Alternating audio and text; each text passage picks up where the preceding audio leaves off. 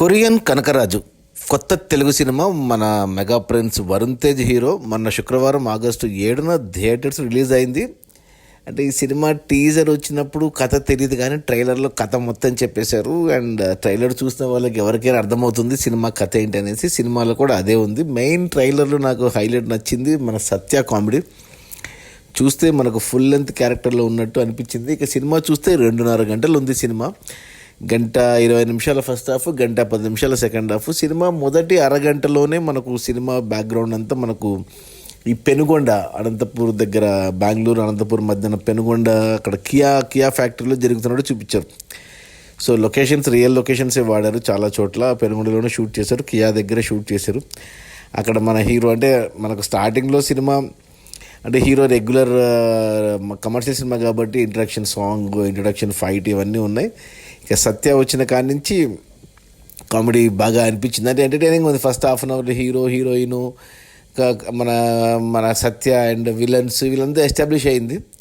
ఆ Korean Kanakaraju Korea connection ఏంటి అనేది కూడా మొదటి అరగంటలోనే మనకు అర్థమవుతుంది. అదే ట్రైలర్ చూసిన వాళ్ళకి సినిమా స్క్రీన్ ప్లే నీట్గా అర్థమవుతుంది. నెక్స్ట్ ఏం వస్తుంది, నెక్స్ట్ ఏం జరగబోతుంది అనేది ఈజీగా తెలిసిపోతుంది. ఒకవేళ ట్రైలర్ చూడకుండా అసలు ఏమీ తెలియకుండా సినిమాకి వెళ్ళిన వాళ్ళకు మాత్రమే సినిమా ఓకే ఇంట్రెస్టింగ్ అనిపించవచ్చు.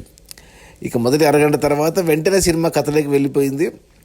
మన ఏమంటారు కొరియన్ కనకరాజు టైటిల్ జస్టిఫికేషన్ కోసం ఆ కొరియన్ అంటే ట్రైలర్ చూస్తే చెప్పొచ్చు అది ఎలా వచ్చింది కొరియా అనేది. అక్కడ వెంటనే స్టార్ట్ అయ్యింది. అక్కడ మెయిన్ కామెడీ, మెయిన్ మన సత్య అంటే హీరో వరుణ్ తేజ్ అయినా కానీ సత్య ఇచ్చే రియాక్షన్స్కి మనం కూడా నవ్వుతూ ఉంటాం.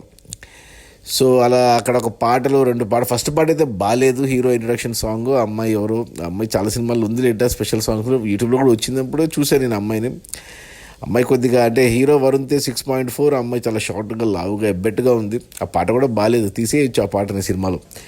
బట్ ఇంకొక పాట హీరోయిన్తో హీరో పాడే కంసా మీద అనే సాంగ్, అదైతే బాగుంది. అది కొరియన్ వర్డ్ నేర్చుకున్నట్టు ఉంది, కంసా మీద అని. పాటకు పిక్చరేషన్ అంతా పెనుగొండలు తీశారు, బాగుంది అక్కడ.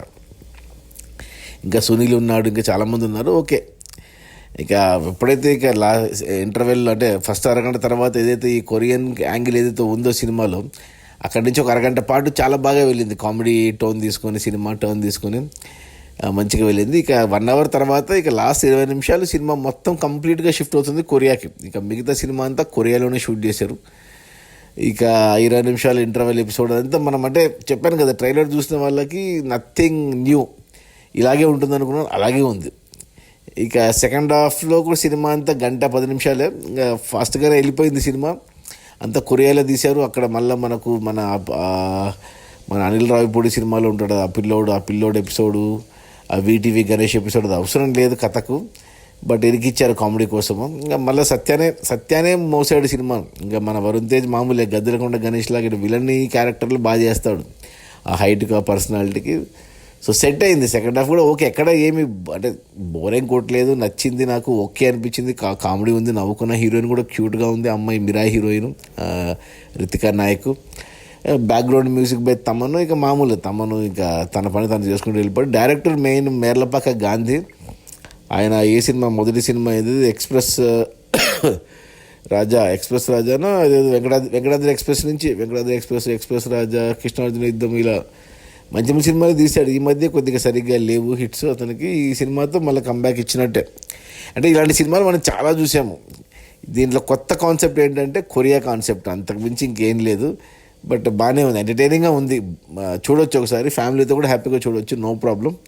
సో నా రేటింగ్ వచ్చి 3/5 గుడ్ అని చెప్తాను ఈ కొరియన్ కనకరాజుకి. సో థియేటర్స్లో ఉంది, కుదిరితే చూడండి, లేకపోతే రేపు ఓటీటీలో వచ్చినప్పుడు చూసినా తప్పులేదు.